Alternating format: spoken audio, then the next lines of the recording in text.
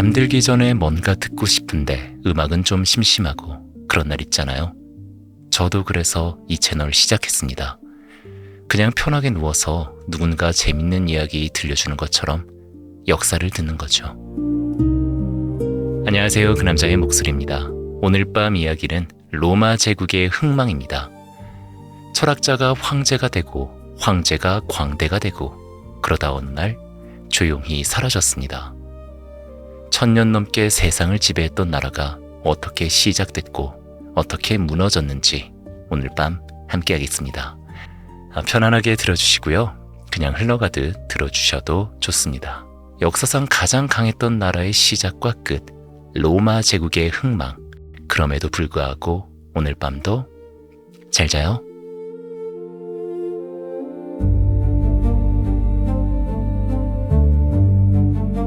기원전 753년 테베레 강은 오늘도 조용히 흘렀습니다.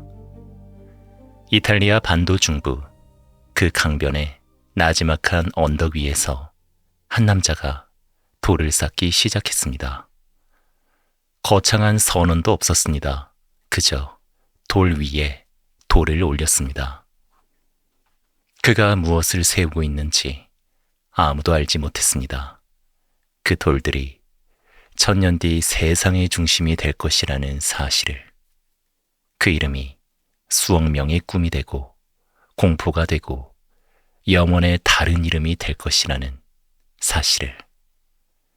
오늘 우리는 처음부터 끝까지 그 이야기를 따라갑니다. 전쟁과 배신, 천재와 폭군, 사랑과 야망, 그리고 마침내 모든 것이 무너지는 순간까지. 이것은 로마의 이야기입니다.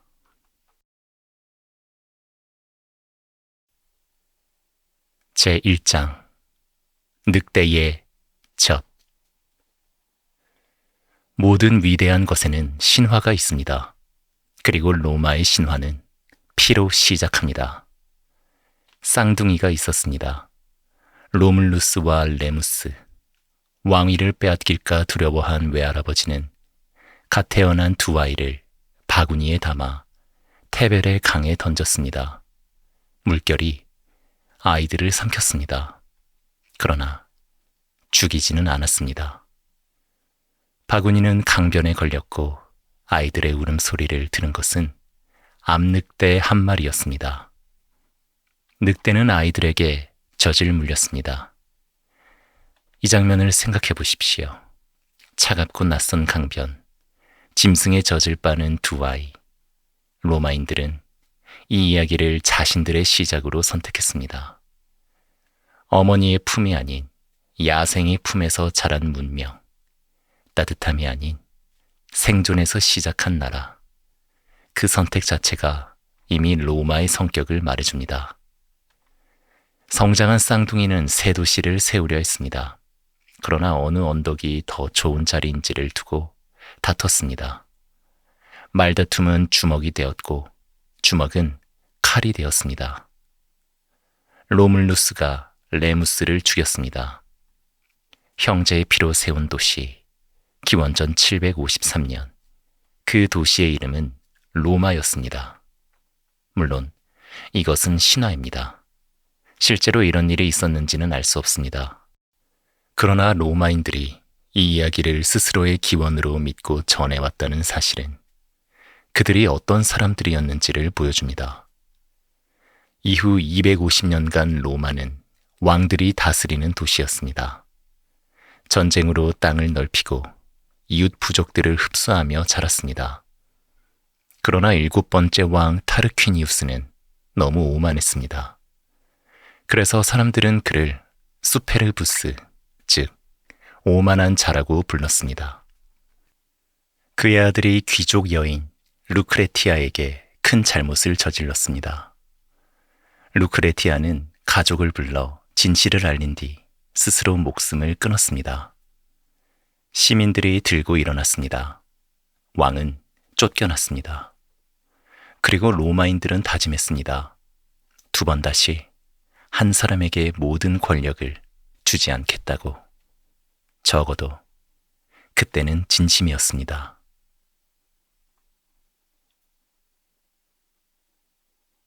이장 공화국이라는 실험. 기원전 509년 로마는 새로운 나라의 틀을 탄생시켰습니다. 레스 푸블리카, 라틴어로 모두의 것이라는 뜻입니다. 우리말로는 공화국이라고 합니다. 핵심은 간단했습니다. 권력을 한 사람에게 몰아주지 말자는 것. 매년 2명의 대표, 즉 집정관을 뽑았습니다. 한 명이 잘못된 결정을 내려도 다른 한 명이 막을 수 있도록. 임기는 딱 1년. 권력에 너무 익숙해지기 전에 자리를 내놓도록. 경험 많은 원로들이 모인 원로인이 나라의 큰 방향을 의논했고 시민들이 한자리에 모여 법을 만들었습니다. 잘 짜인 제도처럼 보였습니다. 그러나 완벽한 제도는 없습니다. 로마에는 처음부터 깊은 갈등이 있었습니다. 귀족과 평민 사이의 갈등이었습니다.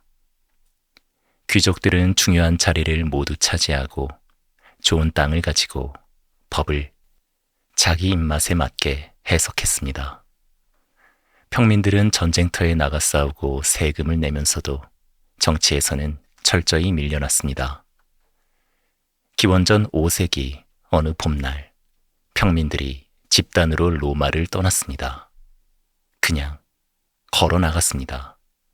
아무 폭력도 없이 아벤티노 언덕에 모여 앉아 기다렸습니다. 귀족들만으로는 군대도 농사도 아무것도 돌아가지 않았습니다.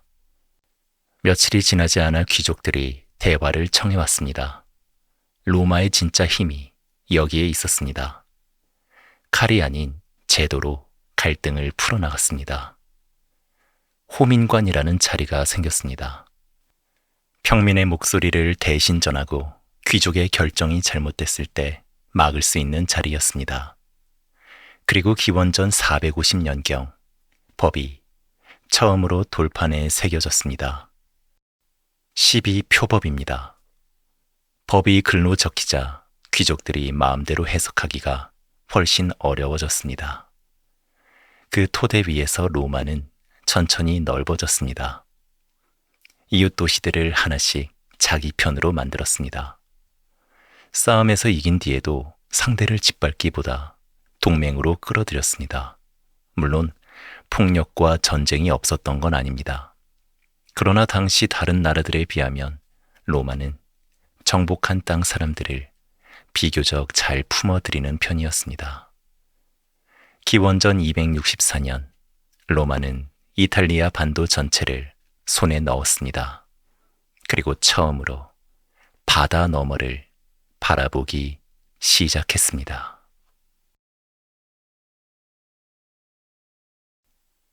(3장) 한니발, 로마를 흔든 장군.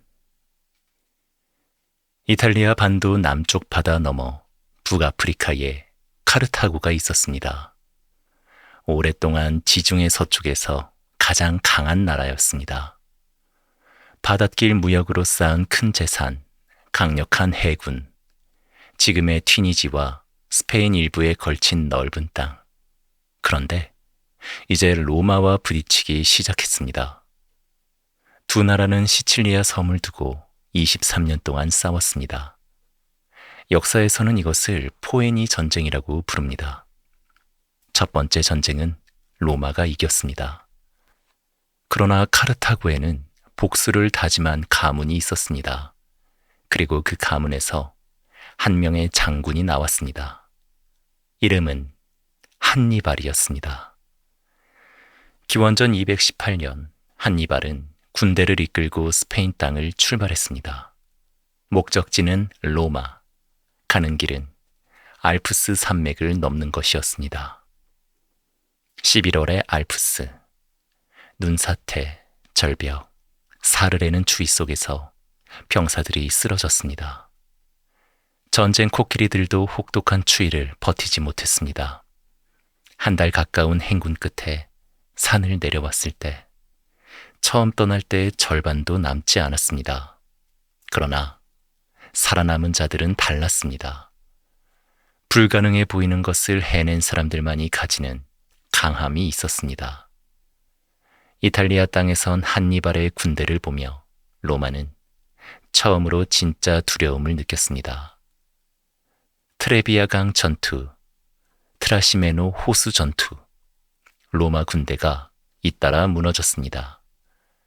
그리고 기원전 216년 칸나에 로마는 거의 8만 명의 군대를 보냈습니다. 들판을 가득 채운 붉은 방패의 물결이었습니다. 한니발의 군대는 5만이 채 되지 않았습니다. 한니발은 일부러 중앙에 가장 약한 병사들을 세웠습니다. 로마군이 약한 중앙을 힘으로 밀어붙이면 양쪽 옆에서 기병이 둘러싸도록 계획한 것이었습니다. 포위망이 완성되는 순간 로마군은 꼼짝할 수 없었습니다.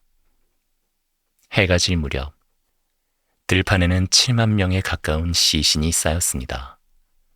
원로원 의원들도 그 안에 있었습니다. 로마 역사에서 가장 어두운 하루였습니다. 그러나 로마는 무너지지 않았습니다. 이것이 로마를 다른 나라들과 다르게 만든 점입니다. 칸나에에서 참패한 뒤 원로원은 당황하는 대신 회의를 열었습니다. 슬픔을 위한 시간은 30일이었습니다. 그 뒤에는 다시 전쟁이었습니다. 이탈리아 안의 동맹 도시들 대부분도 카르타고 편으로 돌아서지 않고 로마 곁에 남았습니다. 한니발이 이탈리아를 15년 동안 휘젓는 동안에도, 그리고 스키피오라는 젊은 장군이 다른 방법을 생각해냈습니다. 이탈리아에서 한니발을 쫓아내려 하지 말고 반대로 카르타고 본토를 직접 치러 가면 된다는 것이었습니다. 스키피오가 아프리카로 건너갔습니다. 카르타고가 위협받자 한니발은 본국을 구하러 불려갔습니다. 기원전 202년 자마 평원에서 두 장군이 마주쳤습니다. 한니발이 졌습니다. 그의 생애에서 처음이자 마지막 패배였습니다. 전쟁은 끝났고 카르타고는 큰 짐을 지게 되었습니다. 그러나 로마는 거기서 멈추지 않았습니다. 기원전 146년 로마는 카르타고로 다시 갔습니다. 이번에는 도시 전체를 완전히 없애기 위해서 도시는 불탔고 오랜 문명이 지도에서 사라졌습니다. 같은 해 그리스의 코린토스도 무너졌습니다. 기원전 146년 로마는 지중해 세계에서 누구도 맞설 수 없는 나라가 되었습니다.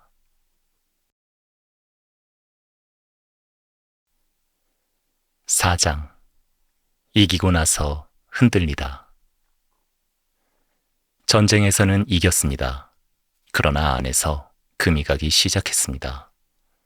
전쟁이 끝나갈 무렵 로마로 두 가지가 한꺼번에 밀려들었습니다. 어마어마한 재물, 그리고 어마어마한 수의 노예. 귀족들은 정복한 땅에서 쏟아지는 재물로 넓은 농장을 차렸습니다. 노예들이 그 땅을 갈았습니다. 문제는 전쟁터에 나가 있는 동안 땅을 잃은 가난한 농민들이었습니다. 노예를 쓰는 귀족들과 경쟁이 될 리 없었습니다. 삶의 터전을 잃은 농민들이 로마 도시로 쏟아져 들어왔습니다. 분노하고 배고프고 아무것도 없는 사람들이. 기원전 133년 호민관 티베리우스 그라쿠스가 원로원 앞에 섰습니다. 그의 제안은 단순했습니다. 귀족들이 너무 많이 차지한 나라 땅을 제한하고 가난한 시민들에게 나눠주자는 것이었습니다. 원로원 의원들이 몽둥이를 들었습니다. 그들은 티베리우스를 때려 죽였습니다. 10년 후 동생 가이우스 그라쿠스가 같은 길을 걸었습니다. 역시 죽었습니다. 이 두 죽음은 로마의 나쁜 선례를 남겼습니다. 생각이 다른 사람을 제도가 아닌 폭력으로 없애버리는 것. 한 번 그 선을 넘으면 다음번엔 더 쉽게 넘어가게 됩니다. 이후 로마는 내전의 시대로 접어듭니다. 마리우스와 술라 두 장군이 각각 자기 군대를 이끌고 로마 시내로 쳐들어왔습니다. 로마 시민이 로마 시민을 향해 칼을 들었습니다. 술라가 이기고 나서 처형 명단을 공개했습니다. 명단에 오른 사람은 누구든 죽일 수 있었고 그 재산은 고발한 사람 것이 되었습니다. 오래된 공화국의 틀이 삐걱대고 있었습니다. 그 혼란 속에서 세 사람이 손을 잡았습니다.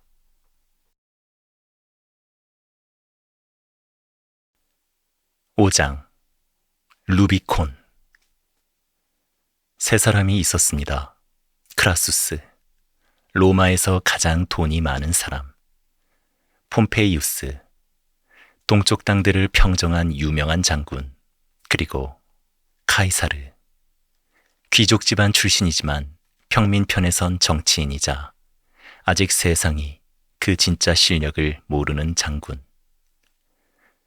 셋이 손을 잡고 원로원을 눌렀습니다. 역사에서는 이것을 삼두 정치라고 부릅니다. 기원전 58년 카이사르는 지금의 프랑스 땅인 갈리아의 총독으로 떠났습니다. 8년이 지났습니다.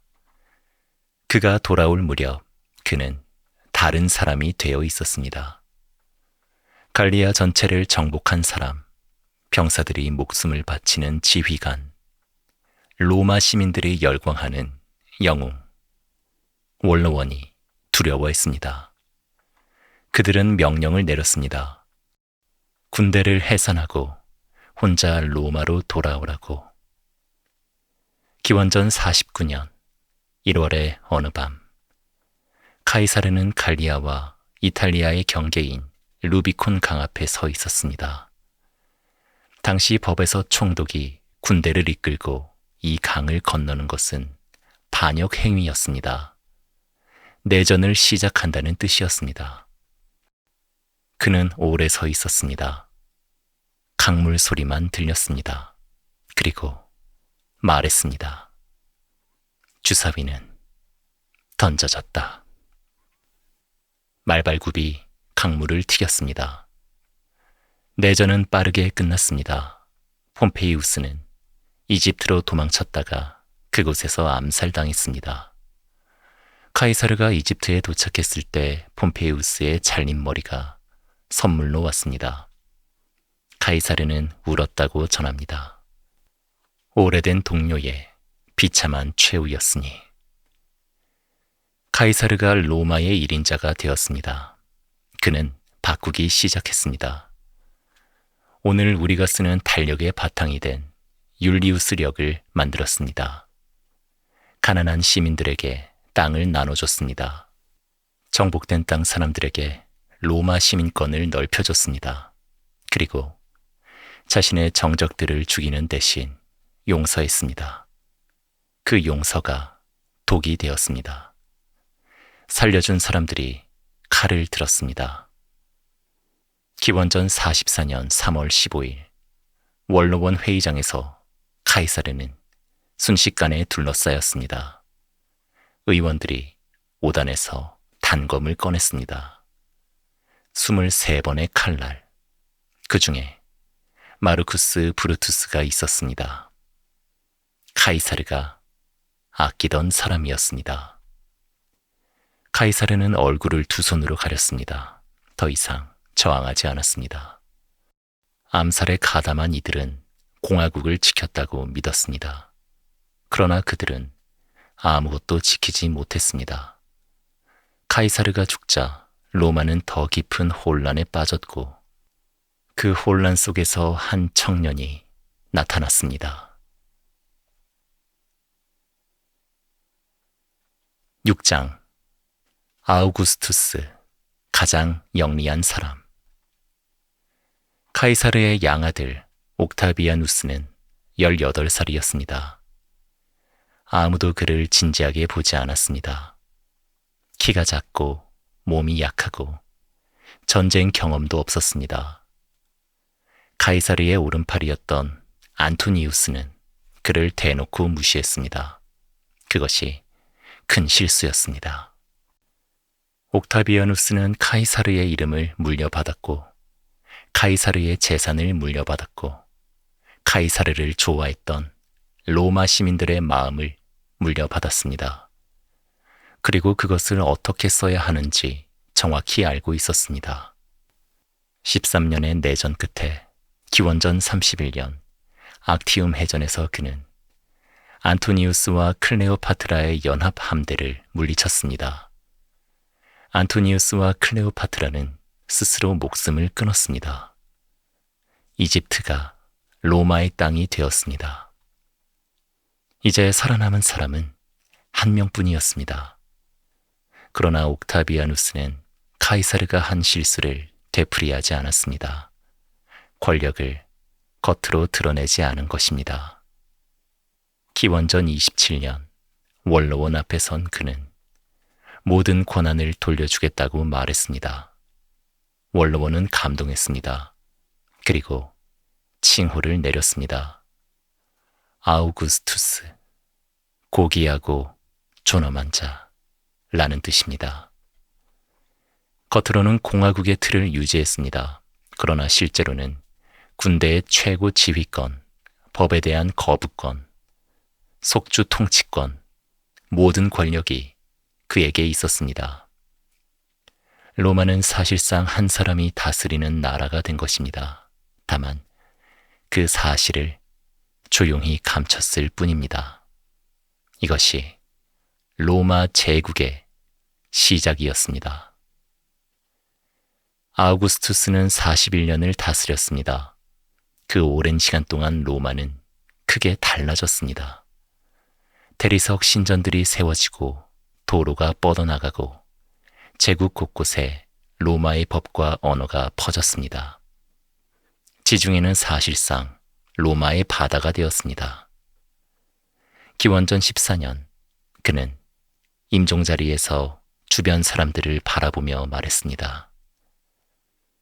내가 역할을 잘해냈다면 박수를 쳐다오.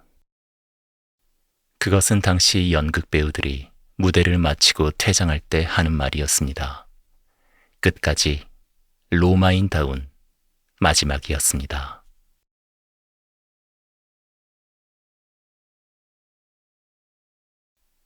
7장 황금과 광기. 아우구스투스가 만든 체제에는 큰 문제가 하나 있었습니다. 다음 황제를 어떻게 정하느냐 하는 것이었죠. 왕처럼 혈통으로 있는 것도 아니고 공화국처럼 선거로 뽑는 것도 아닌 그 애매한 틈에서 황제가 바뀔 때마다 권력이 흔들렸습니다. 아우구스투스의 뒤를 이은 티베리우스는 능력은 있었지만 차가운 사람이었습니다. 반역 혐의자들을 처형하고 반대 의견을 들으려 하지 않았죠. 그가 죽었을 때 로마 시민들이 거리에서 환호했습니다. 그 다음이 칼리굴라였습니다. 처음에는 괜찮아 보였죠. 시민들은 반겼습니다. 그러나 황위에 오른 지 얼마 되지 않아 그는 달라졌습니다. 자신을 살아있는 신이라 선언했습니다. 자기가 아끼는 말 인키타투스를 집정관에 임명하겠다고 했죠. 이유 없이 사람들을 맹수우리에 넣었습니다. 원로원 의원들에게 자신의 발에 입을 맞추게 했습니다. 4년 만에 자신을 지키던 경호원들에게 살해당했습니다. 다음은 클라우디우스였습니다. 말을 더듬고 다리를 절었죠. 평생 가족에게 놀림을 받았습니다. 그러나 황제가 되고 나서 보니 유능했습니다. 지금의 영국 땅을 정복했고 행정을 다듬고 법을 고쳤죠. 그의 아내 아그리피나는 아들을 황제로 만들기 위해 남편에게 독버섯을 먹였다는 의심을 받습니다. 그 아들이 네로였습니다. 네로. 그 이름만으로도 이미 이야기가 됩니다. 처음 5년은 나쁘지 않았죠. 그러나 시간이 지나면서 점점 달라졌습니다. 어머니를 죽이도록 명령했습니다. 아내를 발로 차 숨지게 했죠. 원로원 의원들을 이유 없이 처형했습니다. 기원 후 64년 여름밤, 로마에 불이 났습니다. 9일 동안 타올랐죠. 도시의 3분의 2가 재가 되었습니다. 네로가 불을 질렀다는 소문이 퍼졌습니다. 불타는 로마를 바라보며 리라를 켜고 노래를 불렀다는 이야기도 함께. 사실인지는 알 수 없습니다. 그러나 사람들이 그 이야기를 믿었다는 것 자체가 당시 그가 얼마나 믿음을 잃었는지를 보여주죠. 네로는 불을 낸 혐의를 기독교인들에게 돌렸습니다. 당시 로마에서 기독교는 아직 낯선 종교였죠. 네로는 그들을 맹수와 싸우게 하거나 십자가에 매달았습니다. 68년, 군대가 반란을 일으켰습니다. 원로원인 네로를 나라의 적으로 선언했죠. 네로는 로마를 도망쳤습니다. 추격자들의 발소리가 들릴 무렵 그는 혼자서는 칼을 들지 못해 노예의 손을 빌려야 했습니다. 마지막으로 그가 남긴 말은 이것이었습니다. 이 얼마나 위대한 예술가가 죽는가.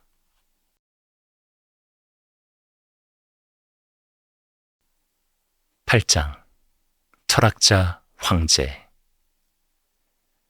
짧은 혼란의 시기를 거쳐 기원 후 1세기 말부터 로마는 가장 빛나는 시절을 맞이합니다.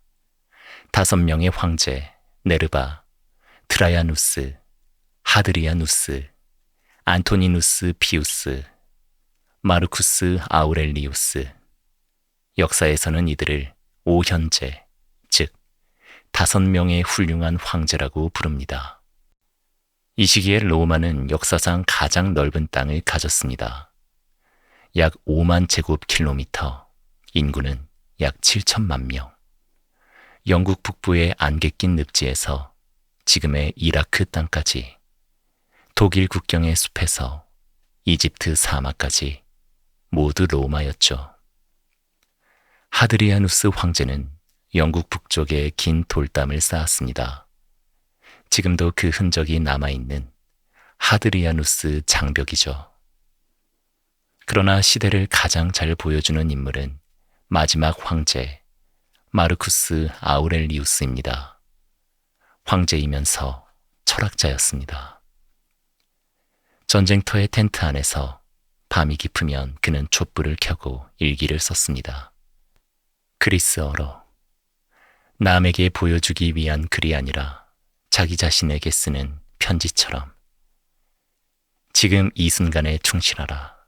분노는 약함이다. 내가 어쩔 수 없는 것에 마음을 쏟지 말라. 그 일기가 지금 우리에게 명상록이라는 이름으로 전해집니다. 2000년이 지난 지금도 읽히고 아마 앞으로도 읽힐 것입니다. 그러나 마르쿠스 아우렐리우스의 재위 기간은 단 한순간도 편하지 않았습니다. 페르시아와의 전쟁, 게르만 부족들의 침략, 그리고 동쪽에서 돌아온 병사들이 가져온 전염병, 안토니누스 역병이라 불리는 이 병이 15년 동안 제국을 휩쓸며 수백만 명의 목숨을 앗아갔습니다. 마르쿠스 아우렐리우스는 쉬지 못했죠. 나이 들고 몸이 약해진 채로 전선에서 전선으로 옮겨 다녔습니다. 서기 180년 그는 다뉴브 강변 전쟁터에서 눈을 감았습니다. 그리고 죽기 전에 한 가지 결정을 내렸죠. 아들 콤모두스에게 황제 자리를 물려주는 것이었습니다. 주변에서 말렸습니다. 콤모두스는 황제 자리에 맞지 않는다고. 마르쿠스 아우렐리우스도 알았을 것입니다. 그러나 아버지였습니다.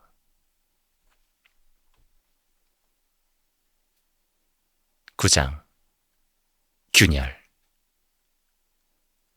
콤모두스는 자신이 그리스 신화의 영웅 헤라클레스가 다시 태어난 것이라고 믿었습니다. 직접 콜로세움에 내려가 검투사로 싸웠죠. 상대가 제대로 저항하지 못하도록 발을 묶어 놓은 채로 타조를 수십 마리 베어 넘겼습니다. 그리고 잘린 머리를 들고 원로원 의원석 쪽으로 흔들었죠. 다음은 너희라는 눈빛으로. 로마의 이름을 콤모두스의 도시로 바꾸려 했습니다. 서기 192년 그의 레슬링 상대가 목을 졸랐습니다. 로마는 한숨을 내쉬었죠. 그러나 진짜 위기는 그 다음이었습니다. 서기 235년부터 284년까지 역사에서 3세기의 위기라 부르는 시기가 찾아왔습니다. 50년 동안 26명의 황제가 즉위했습니다.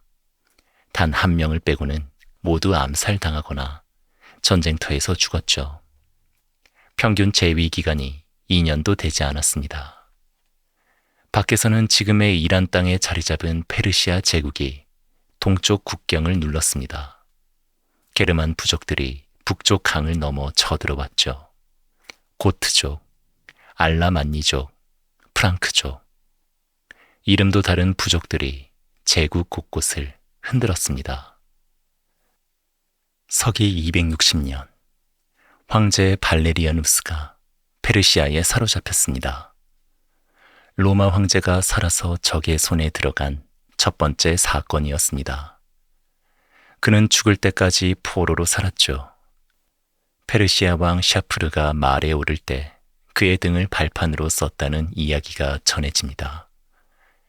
사실인지는 확인하기 어렵지만 그 이야기가 퍼졌다는 것 자체가 로마의 위신이 얼마나 떨어졌는지를 보여줍니다. 안으로도 무너지고 있었습니다. 전쟁 비용을 대기 위해 동전의 은 함량을 줄였습니다. 물가가 치솟았고 세금이 올랐죠. 세금이 오를수록 사람들은 도시를 떠났습니다. 제국이 아직 버티고 있는지도 불분명한 시절이었습니다. 서기 284년, 디오클레티아누스라는 군인 출신 황제가 혼란을 가라앉히며 즉위했습니다. 제국을 동쪽과 서쪽으로 나눠 두 명이 함께 다스리는 방법을 만들었죠. 완벽한 해결책은 아니었었지만 숨통을 틔웠습니다. 로마는 살아남았습니다. 그러나 전과 같지 않았습니다. 10장 십자가.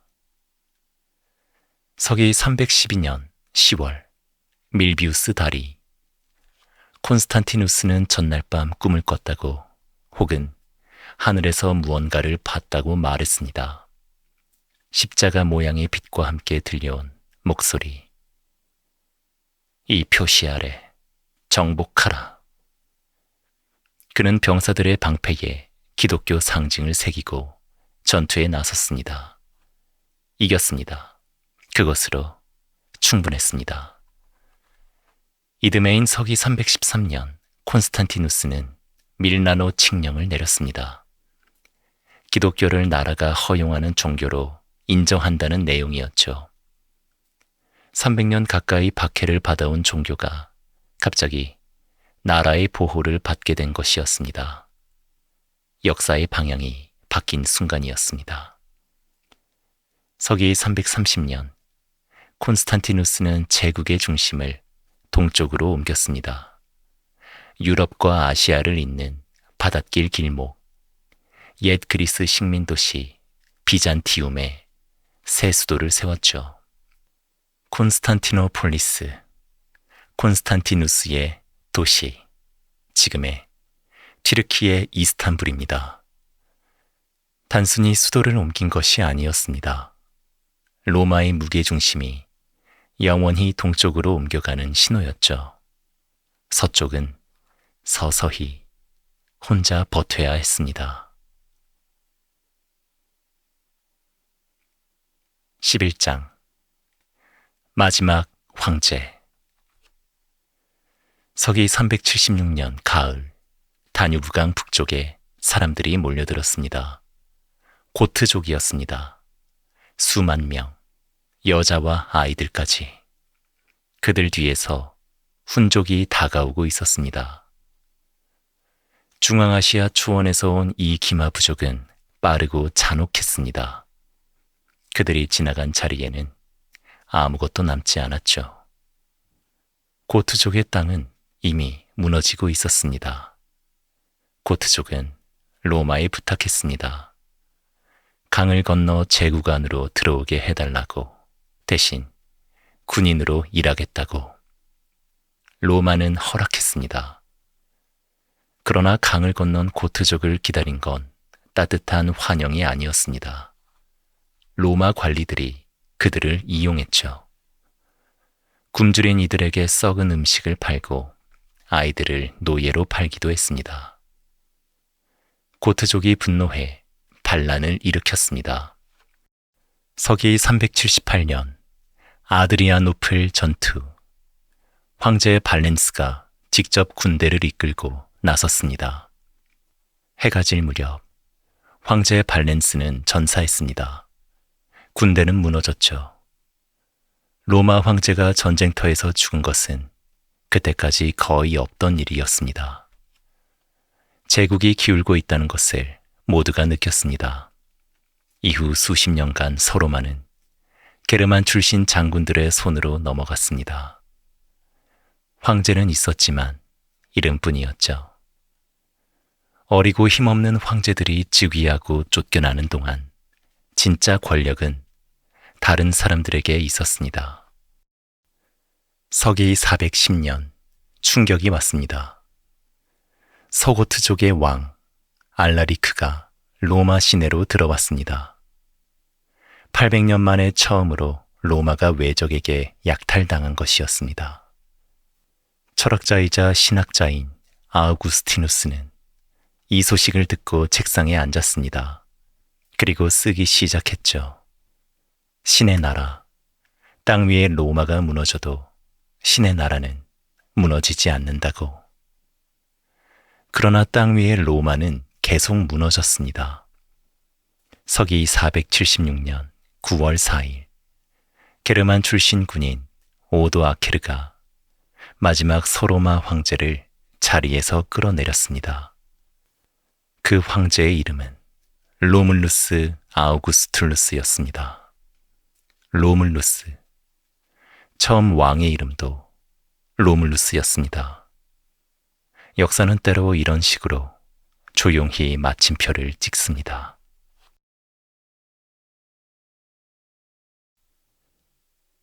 로마는 왜 무너졌는가? 그리고 왜 사라지지 않았는가? 역사학자들은 수백 년 동안 이 질문을 두고 토론해 왔습니다. 로마는 왜 무너졌는가? 나라가 너무 커졌습니다. 지켜야 할 국경이 너무 길었고 군대를 유지하는 비용이 너무 컸습니다. 세금을 올릴수록 경제가 가라앉았고 가라앉을수록 세금은 더 올려야 했죠. 전염병이 반복해서 인구를 줄였고 오랜 정치적 불안이 사람들의 신뢰를 깎아먹었습니다. 그러나 이 중 어느 하나만으로는 설명이 부족합니다. 로마는 그 모든 위기를 이미 여러 번 버텨냈습니다. 칸나에도, 3세기의 혼란도, 전염병도 모두 버텼죠. 그런데 왜 마지막에는 무너졌을까요? 한 가지 설명은 이것입니다. 로마가 갑자기 약해진 것이 아니라 게르만 부족들이 강해진 것이라고. 수백 년 동안 로마 곁에 살면서 그들은 로마의 전술을 배웠고 로마의 무기를 익혔고 심지어 로마 군대에서 싸우면서 로마의 방식을 몸에 익혔습니다. 그들은 더 이상 로마가 얕잡아 볼 수 있는 상대가 아니었죠. 물론 이것도 하나의 시각일 뿐입니다. 역사에는 한 가지 정답이 없으니까요. 그리고 서로마가 무너진 476년, 동로마 제국은 여전히 살아 있었습니다. 콘스탄티노폴리스를 중심으로 한 동로마 제국, 서로마가 사라진 뒤에도 무려 977년을 더 이어갔습니다. 1453년 오스만 제국이 콘스탄티노플의 성벽을 무너뜨릴 때까지. 로마는 476년에 완전히 죽지 않았습니다. 반쪽은 무너졌고 반쪽은 살아남았죠. 그리고 서로마가 남긴 것들, 라틴어, 법의 원칙들, 도로, 건축 양식, 기독교의 확산, 공화국이라는 생각, 이것들은 유럽 문명의 뿌리가 되었습니다. 오늘날 우리가 쓰는 달력, 법 용어, 건물 양식, 심지어 공화국이라는 단어 자체가 로마에서 왔습니다. 로마는 사라지지 않았습니다. 우리 안에 남아 있습니다. 테베레 강변에서 돌을 쌓기 시작했던 그 남자의 후손들이 어떤 형태로든 지금도 우리 곁에 있습니다. 모든 길은 로마로 통한다고 했습니다. 어쩌면 우리가 걷는 모든 길이 지금도 어딘가에서 로마와 이어져 있을지 모릅니다.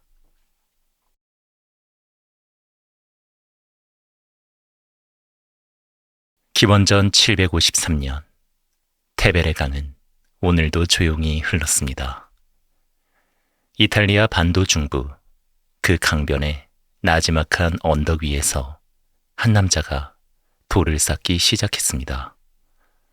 거창한 선원도 없었습니다. 그저 돌 위에 돌을 올렸습니다.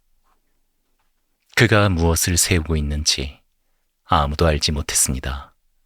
그 돌들이 천년 뒤 세상의 중심이 될 것이라는 사실을, 그 이름이 수억 명의 꿈이 되고 공포가 되고 영원의 다른 이름이 될 것이라는 사실을. 오늘 우리는 처음부터 끝까지 그 이야기를 따라갑니다. 전쟁과 배신, 천재와 폭군, 사랑과 야망, 그리고 마침내 모든 것이 무너지는 순간까지. 이것은 로마의 이야기입니다.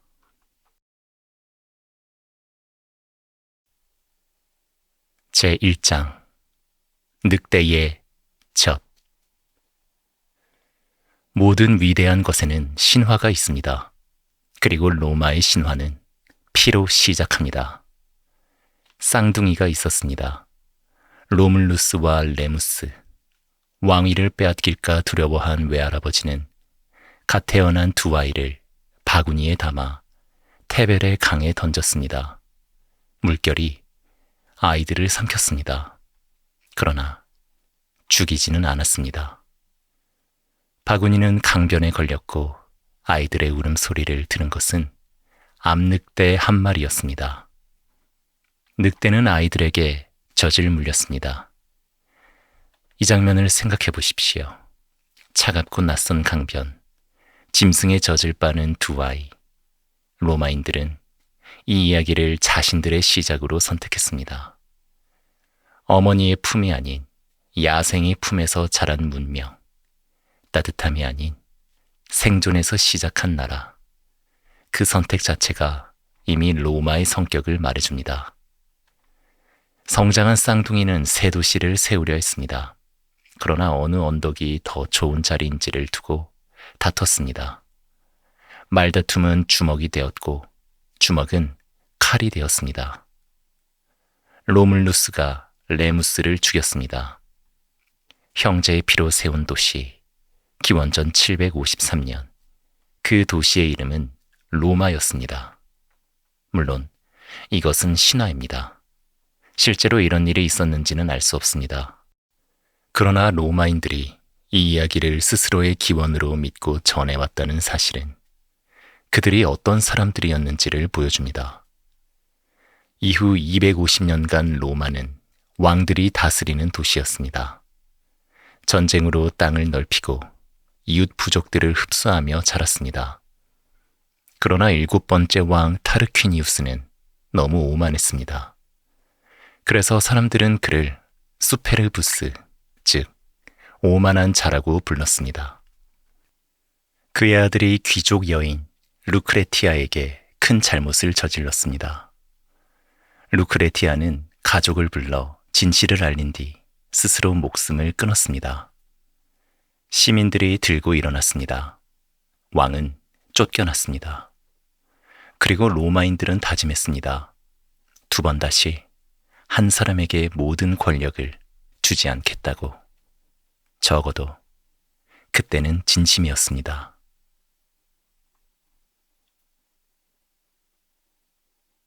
2장 공화국이라는 실험. 기원전 509년 로마는 새로운 나라의 틀을 탄생시켰습니다. 레스 푸블리카, 라틴어로 모두의 것이라는 뜻입니다. 우리말로는 공화국이라고 합니다. 핵심은 간단했습니다. 권력을 한 사람에게 몰아주지 말자는 것. 매년 2명의 대표, 즉 집정관을 뽑았습니다. 한 명이 잘못된 결정을 내려도 다른 한 명이 막을 수 있도록. 임기는 딱 1년. 권력에 너무 익숙해지기 전에 자리를 내놓도록. 경험 많은 원로들이 모인 원로인이 나라의 큰 방향을 의논했고 시민들이 한자리에 모여 법을 만들었습니다. 잘 짜인 제도처럼 보였습니다. 그러나 완벽한 제도는 없습니다. 로마에는 처음부터 깊은 갈등이 있었습니다. 귀족과 평민 사이의 갈등이었습니다. 귀족들은 중요한 자리를 모두 차지하고 좋은 땅을 가지고 법을 자기 입맛에 맞게 해석했습니다. 평민들은 전쟁터에 나가 싸우고 세금을 내면서도 정치에서는 철저히 밀려났습니다. 기원전 5세기 어느 봄날 평민들이 집단으로 로마를 떠났습니다. 그냥 걸어 나갔습니다. 아무 폭력도 없이 아벤티노 언덕에 모여 앉아 기다렸습니다. 귀족들만으로는 군대도 농사도 아무것도 돌아가지 않았습니다. 며칠이 지나지 않아 귀족들이 대화를 청해왔습니다. 로마의 진짜 힘이 여기에 있었습니다. 칼이 아닌 제도로 갈등을 풀어나갔습니다. 호민관이라는 자리가 생겼습니다. 평민의 목소리를 대신 전하고 귀족의 결정이 잘못됐을 때 막을 수 있는 자리였습니다. 그리고 기원전 450년경 법이 처음으로 돌판에 새겨졌습니다. 12표법입니다. 법이 글로 적히자 귀족들이 마음대로 해석하기가 훨씬 어려워졌습니다. 그 토대 위에서 로마는 천천히 넓어졌습니다. 이웃 도시들을 하나씩 자기 편으로 만들었습니다. 싸움에서 이긴 뒤에도 상대를 짓밟기보다 동맹으로 끌어들였습니다. 물론 폭력과 전쟁이 없었던 건 아닙니다. 그러나 당시 다른 나라들에 비하면 로마는 정복한 땅 사람들을 비교적 잘 품어들이는 편이었습니다. 기원전 264년 로마는 이탈리아 반도 전체를 손에 넣었습니다. 그리고 처음으로 바다 너머를 바라보기 시작했습니다.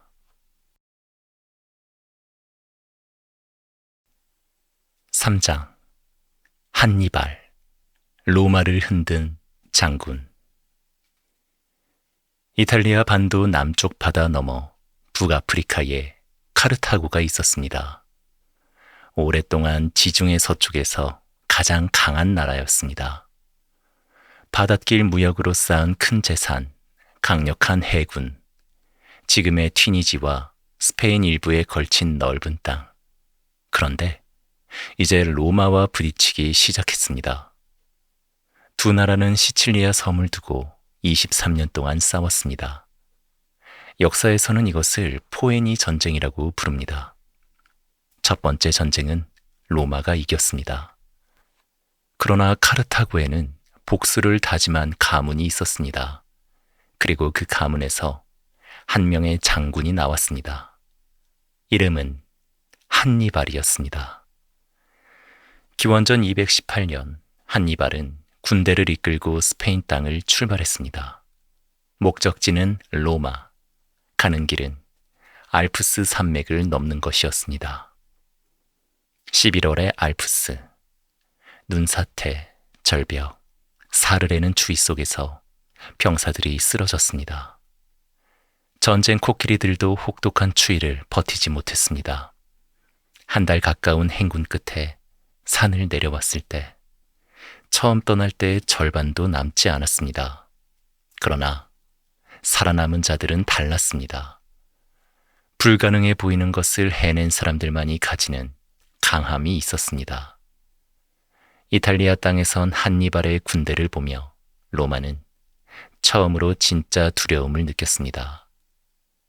트레비아 강 전투, 트라시메노 호수 전투, 로마 군대가 잇따라 무너졌습니다.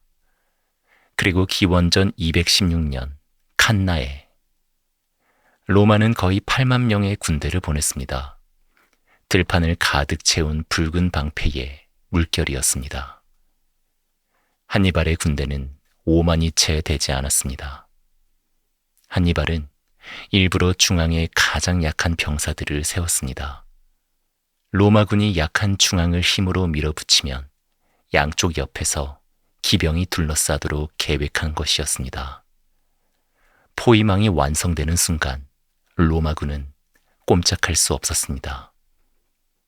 해가 질 무렵 들판에는 7만 명에 가까운 시신이 쌓였습니다. 원로원 의원들도 그 안에 있었습니다.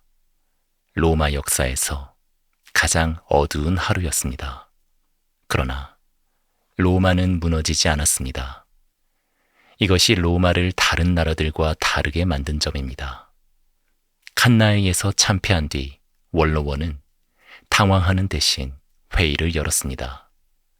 슬픔을 위한 시간은 30일이었습니다. 그 뒤에는 다시 전쟁이었습니다. 이탈리아 안의 동맹 도시들 대부분도 카르타고 편으로 돌아서지 않고 로마 곁에 남았습니다. 한니발이 이탈리아를 15년 동안 휘젓는 동안에도, 그리고 스키피오라는 젊은 장군이 다른 방법을 생각해냈습니다. 이탈리아에서 한니발을 쫓아내려 하지 말고 반대로 카르타고 본토를 직접 치러 가면 된다는 것이었습니다. 스키피오가 아프리카로 건너갔습니다. 카르타고가 위협받자 한니발은 본국을 구하러 불려갔습니다. 기원전 202년 자마 평원에서 두 장군이 마주쳤습니다. 한니발이 졌습니다. 그의 생애에서 처음이자 마지막 패배였습니다. 전쟁은 끝났고 카르타고는 큰 짐을 지게 되었습니다. 그러나 로마는 거기서 멈추지 않았습니다. 기원전 146년 로마는 카르타고로 다시 갔습니다. 이번에는 도시 전체를 완전히 없애기 위해서 도시는 불탔고 오랜 문명이 지도에서 사라졌습니다. 같은 해 그리스의 코린토스도 무너졌습니다. 기원전 146년 로마는 지중해 세계에서 누구도 맞설 수 없는 나라가 되었습니다.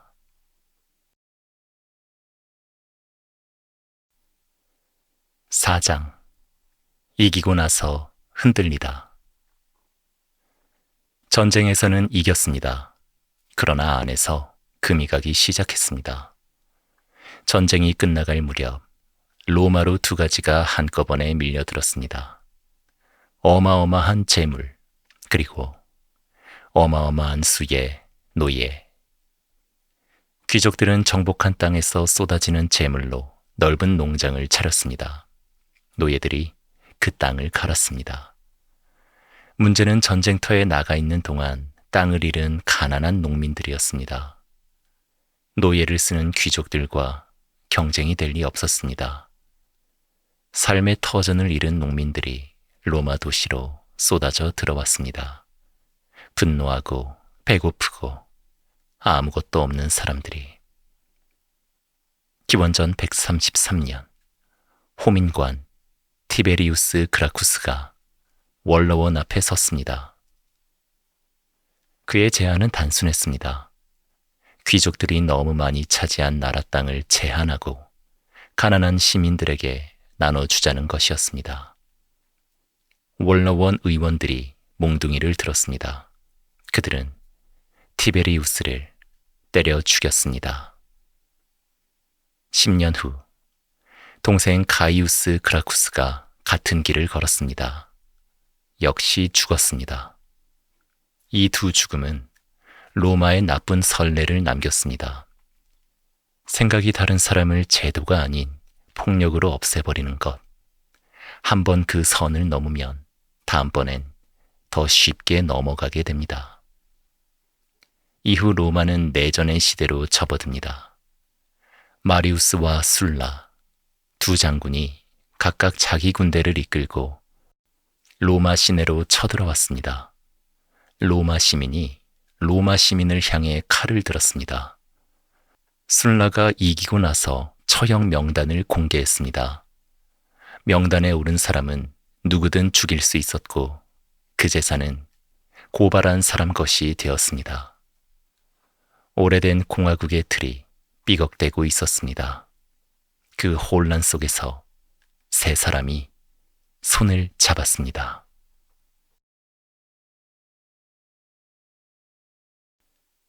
(5장) 루비콘.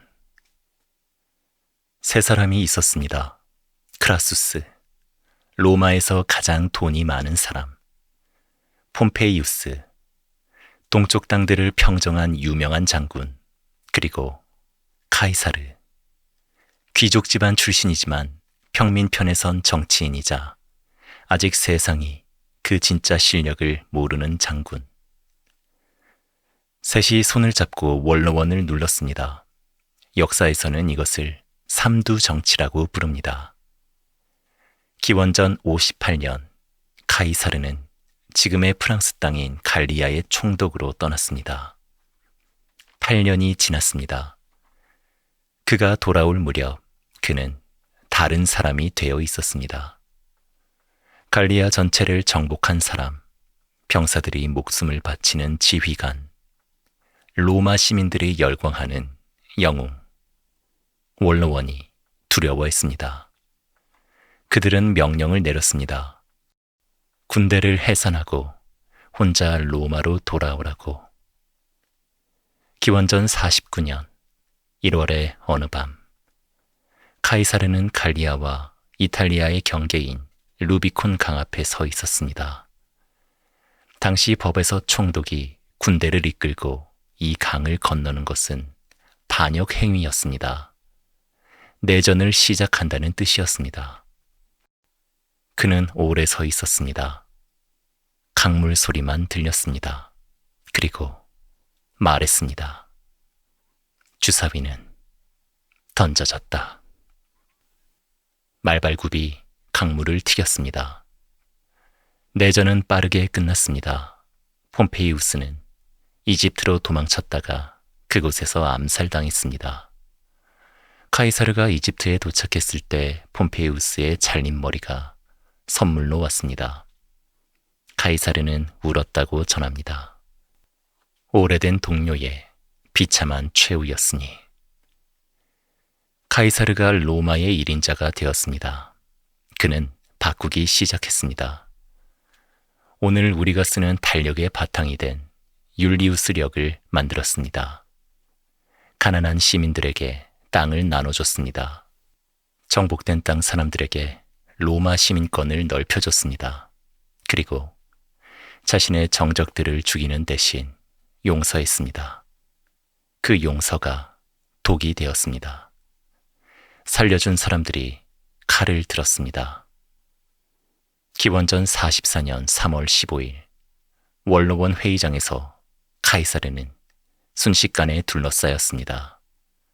의원들이 오단에서 단검을 꺼냈습니다. 23번의 칼날, 그 중에 마르쿠스 브루투스가 있었습니다. 카이사르가 아끼던 사람이었습니다. 카이사르는 얼굴을 두 손으로 가렸습니다. 더 이상 저항하지 않았습니다. 암살에 가담한 이들은 공화국을 지켰다고 믿었습니다. 그러나 그들은 아무것도 지키지 못했습니다. 카이사르가 죽자 로마는 더 깊은 혼란에 빠졌고 그 혼란 속에서 한 청년이 나타났습니다. 6장 아우구스투스, 가장 영리한 사람. 카이사르의 양아들 옥타비아누스는 18살이었습니다. 아무도 그를 진지하게 보지 않았습니다. 키가 작고 몸이 약하고 전쟁 경험도 없었습니다. 카이사르의 오른팔이었던 안토니우스는 그를 대놓고 무시했습니다. 그것이 큰 실수였습니다. 옥타비아누스는 카이사르의 이름을 물려받았고 카이사르의 재산을 물려받았고 카이사르를 좋아했던 로마 시민들의 마음을 물려받았습니다. 그리고 그것을 어떻게 써야 하는지 정확히 알고 있었습니다. 13년의 내전 끝에 기원전 31년 악티움 해전에서 그는 안토니우스와 클레오파트라의 연합 함대를 물리쳤습니다. 안토니우스와 클레오파트라는 스스로 목숨을 끊었습니다. 이집트가 로마의 땅이 되었습니다. 이제 살아남은 사람은 한 명뿐이었습니다. 그러나 옥타비아누스는 카이사르가 한 실수를 되풀이하지 않았습니다. 권력을 겉으로 드러내지 않은 것입니다. 기원전 27년 원로원 앞에 선 그는 모든 권한을 돌려주겠다고 말했습니다. 원로원은 감동했습니다. 그리고 칭호를 내렸습니다. 아우구스투스, 고귀하고 존엄한 자라는 뜻입니다. 겉으로는 공화국의 틀을 유지했습니다. 그러나 실제로는 군대의 최고 지휘권, 법에 대한 거부권, 속주 통치권, 모든 권력이 그에게 있었습니다. 로마는 사실상 한 사람이 다스리는 나라가 된 것입니다. 다만 그 사실을 조용히 감췄을 뿐입니다. 이것이 로마 제국의 시작이었습니다. 아우구스투스는 41년을 다스렸습니다. 그 오랜 시간 동안 로마는 크게 달라졌습니다. 대리석 신전들이 세워지고 도로가 뻗어나가고 제국 곳곳에 로마의 법과 언어가 퍼졌습니다. 지중해는 사실상 로마의 바다가 되었습니다. 기원전 14년 그는 임종자리에서 주변 사람들을 바라보며 말했습니다. 내가 역할을 잘 해냈다면 박수를 쳐다오. 그것은 당시 연극 배우들이 무대를 마치고 퇴장할 때 하는 말이었습니다. 끝까지 로마인다운 마지막이었습니다.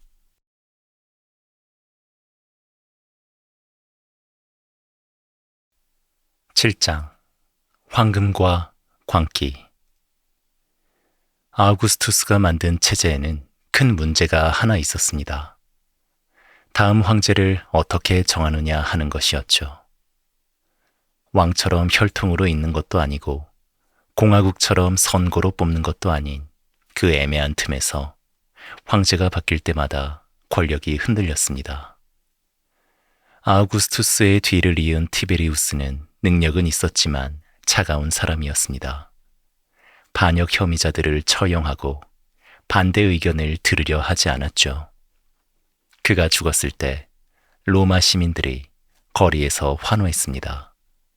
그 다음이 칼리굴라였습니다. 처음에는 괜찮아 보였죠. 시민들은 반겼습니다. 그러나 황위에 오른 지 얼마 되지 않아 그는 달라졌습니다. 자신을 살아있는 신이라 선언했습니다. 자기가 아끼는 말 인키타투스를 집정관에 임명하겠다고 했죠. 이유 없이 사람들을 맹수우리에 넣었습니다. 원로원 의원들에게 자신의 발에 입을 맞추게 했습니다. 4년 만에 자신을 지키던 경호원들에게 살해당했습니다. 다음은 클라우디우스였습니다. 말을 더듬고 다리를 절었죠. 평생 가족에게 놀림을 받았습니다. 그러나 황제가 되고 나서 보니 유능했습니다. 지금의 영국 땅을 정복했고 행정을 다듬고 법을 고쳤죠. 그의 아내 아그리피나는 아들을 황제로 만들기 위해 남편에게 독버섯을 먹였다는 의심을 받습니다. 그 아들이 네로였습니다. 네로. 그 이름만으로도 이미 이야기가 됩니다. 처음 5년은 나쁘지 않았죠. 그러나 시간이 지나면서 점점 달라졌습니다. 어머니를 죽이도록 명령했습니다. 아내를 발로 차 숨지게 했죠. 원로원 의원들을 이유 없이 처형했습니다. 기원 후 64년 여름밤, 로마에 불이 났습니다. 9일 동안 타올랐죠. 도시의 3분의 2가 재가 되었습니다. 네로가 불을 질렀다는 소문이 퍼졌습니다. 불타는 로마를 바라보며 리라를 켜고 노래를 불렀다는 이야기도 함께. 사실인지는 알 수 없습니다. 그러나 사람들이 그 이야기를 믿었다는 것 자체가 당시 그가 얼마나 믿음을 잃었는지를 보여주죠. 네로는 불을 낸 혐의를 기독교인들에게 돌렸습니다. 당시 로마에서 기독교는 아직 낯선 종교였죠. 네로는 그들을 맹수와 싸우게 하거나 십자가에 매달았습니다. 68년, 군대가 반란을 일으켰습니다. 원로원인 네로를 나라의 적으로 선언했죠. 네로는 로마를 도망쳤습니다. 추격자들의 발소리가 들릴 무렵 그는 혼자서는 칼을 들지 못해 노예의 손을 빌려야 했습니다.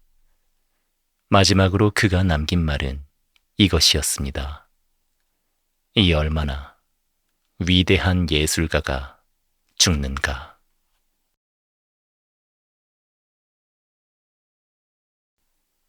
(8장) 철학자 황제. 짧은 혼란의 시기를 거쳐 기원 후 1세기 말부터 로마는 가장 빛나는 시절을 맞이합니다.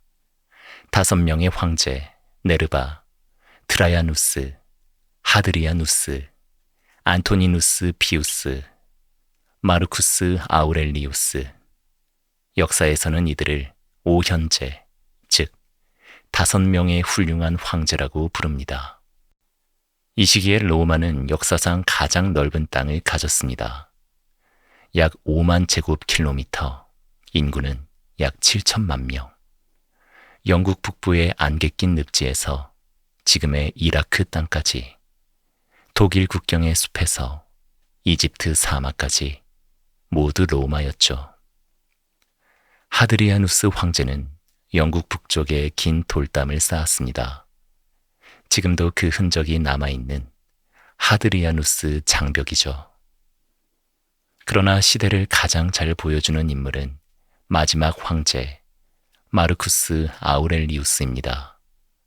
황제이면서 철학자였습니다. 전쟁터의 텐트 안에서 밤이 깊으면 그는 촛불을 켜고 일기를 썼습니다. 그리스어로. 남에게 보여주기 위한 글이 아니라 자기 자신에게 쓰는 편지처럼. 지금 이 순간에 충실하라. 분노는 약함이다. 내가 어쩔 수 없는 것에 마음을 쏟지 말라. 그 일기가 지금 우리에게 명상록이라는 이름으로 전해집니다. 2000년이 지난 지금도 읽히고 아마 앞으로도 읽힐 것입니다. 그러나 마르쿠스 아우렐리우스의 재위 기간은 단 한순간도 편하지 않았습니다. 페르시아와의 전쟁, 게르만 부족들의 침략, 그리고 동쪽에서 돌아온 병사들이 가져온 전염병, 안토니누스 역병이라 불리는 이 병이 15년 동안 제국을 휩쓸며 수백만 명의 목숨을 앗아갔습니다.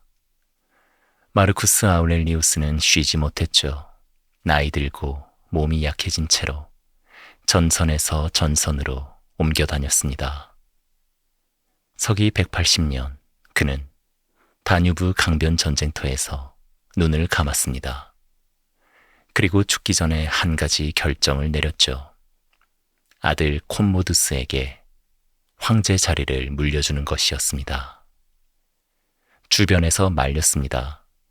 콤모두스는 황제 자리에 맞지 않는다고. 마르쿠스 아우렐리우스도 알았을 것입니다.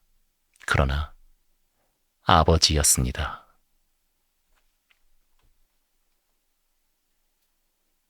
(9장) 균열.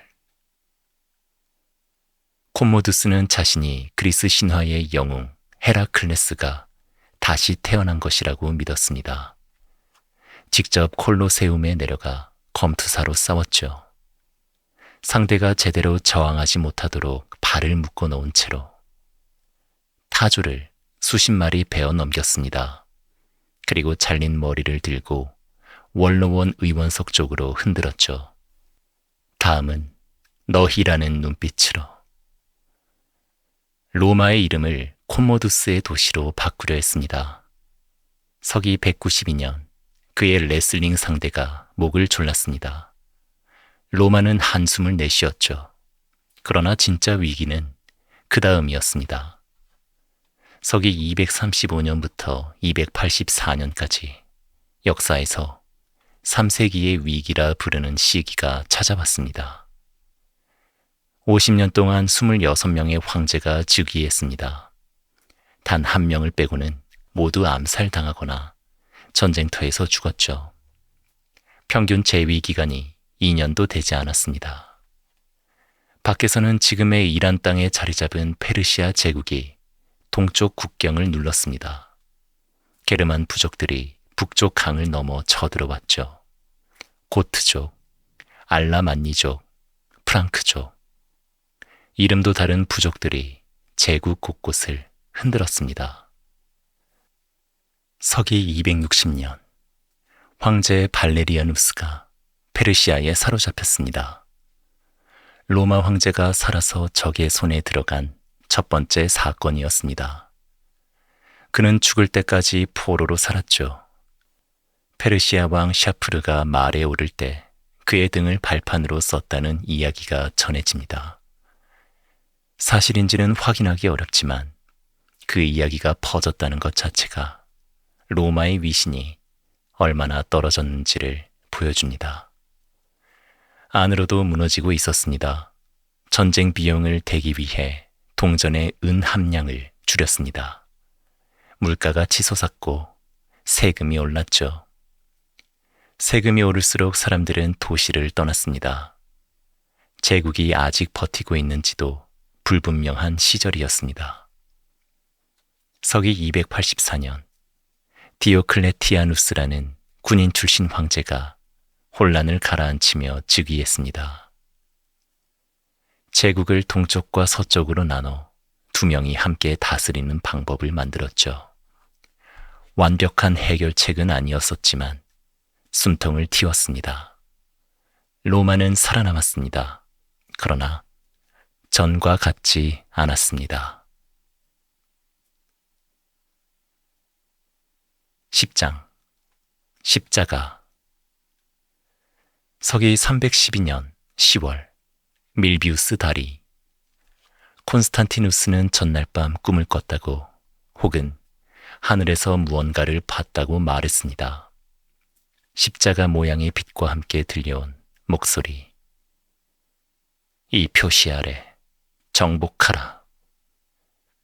그는 병사들의 방패에 기독교 상징을 새기고 전투에 나섰습니다. 이겼습니다.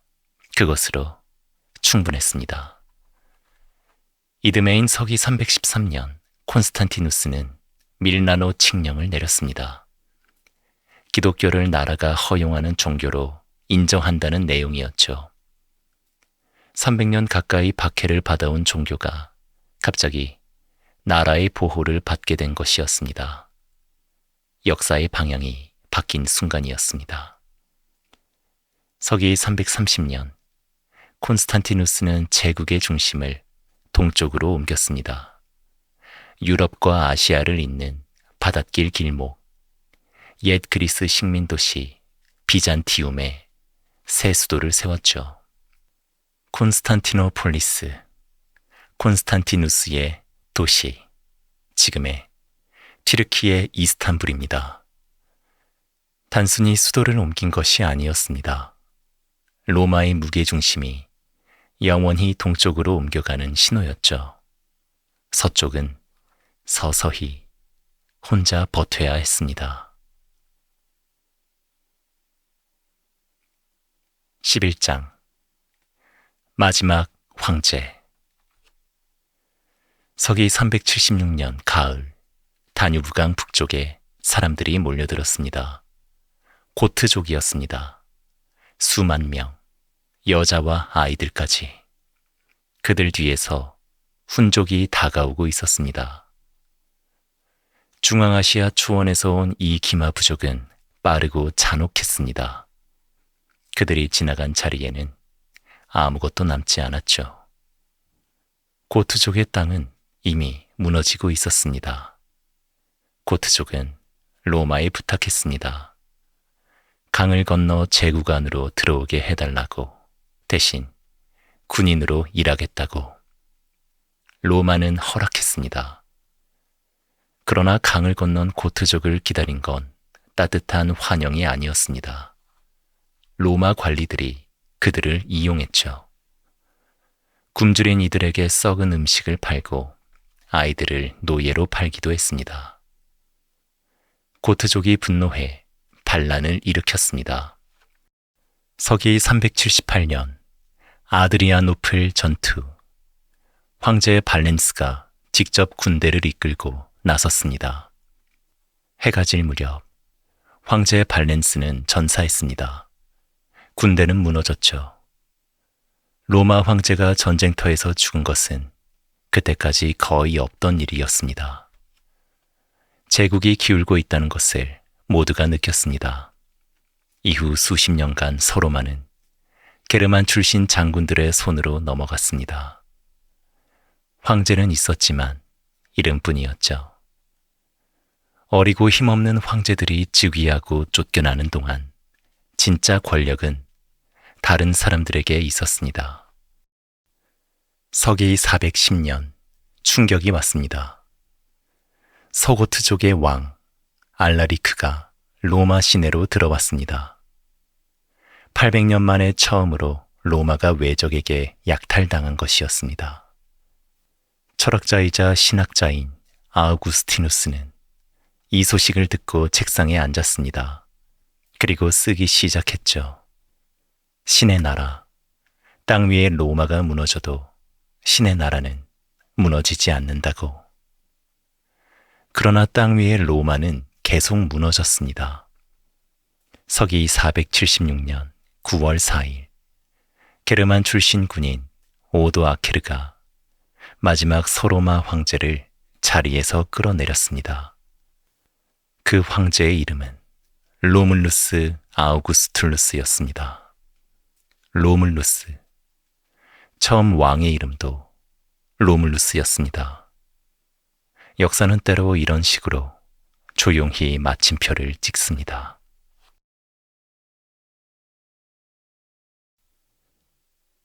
로마는 왜 무너졌는가? 그리고 왜 사라지지 않았는가? 역사학자들은 수백 년 동안 이 질문을 두고 토론해 왔습니다. 로마는 왜 무너졌는가? 나라가 너무 커졌습니다. 지켜야 할 국경이 너무 길었고 군대를 유지하는 비용이 너무 컸습니다. 세금을 올릴수록 경제가 가라앉았고 가라앉을수록 세금은 더 올려야 했죠. 전염병이 반복해서 인구를 줄였고 오랜 정치적 불안이 사람들의 신뢰를 깎아먹었습니다. 그러나 이 중 어느 하나만으로는 설명이 부족합니다. 로마는 그 모든 위기를 이미 여러 번 버텨냈습니다. 칸나에도, 3세기의 혼란도, 전염병도 모두 버텼죠. 그런데 왜 마지막에는 무너졌을까요? 한 가지 설명은 이것입니다. 로마가 갑자기 약해진 것이 아니라 게르만 부족들이 강해진 것이라고. 수백 년 동안 로마 곁에 살면서 그들은 로마의 전술을 배웠고 로마의 무기를 익혔고 심지어 로마 군대에서 싸우면서 로마의 방식을 몸에 익혔습니다. 그들은 더 이상 로마가 얕잡아 볼 수 있는 상대가 아니었죠. 물론 이것도 하나의 시각일 뿐입니다. 역사에는 한 가지 정답이 없으니까요. 그리고 서로마가 무너진 476년, 동로마 제국은 여전히 살아 있었습니다. 콘스탄티노폴리스를 중심으로 한 동로마 제국. 서로마가 사라진 뒤에도 무려 977년을 더 이어갔습니다. 1453년 오스만 제국이 콘스탄티노플의 성벽을 무너뜨릴 때까지. 로마는 476년에 완전히 죽지 않았습니다. 반쪽은 무너졌고 반쪽은 살아남았죠. 그리고 서로마가 남긴 것들, 라틴어, 법의 원칙들, 도로, 건축 양식, 기독교의 확산, 공화국이라는 생각, 이것들은 유럽 문명의 뿌리가 되었습니다. 오늘날 우리가 쓰는 달력, 법 용어, 건물 양식, 심지어 공화국이라는 단어 자체가 로마에서 왔습니다. 로마는 사라지지 않았습니다. 우리 안에 남아 있습니다. 테벨의 강변에서 돌을 쌓기 시작했던 그 남자의 후손들이 어떤 형태로든 지금도 우리 곁에 있습니다. 모든 길은 로마로 통한다고 했습니다. 어쩌면 우리가 걷는 모든 길이 지금도 어딘가에서 로마와 이어져 있을지 모릅니다.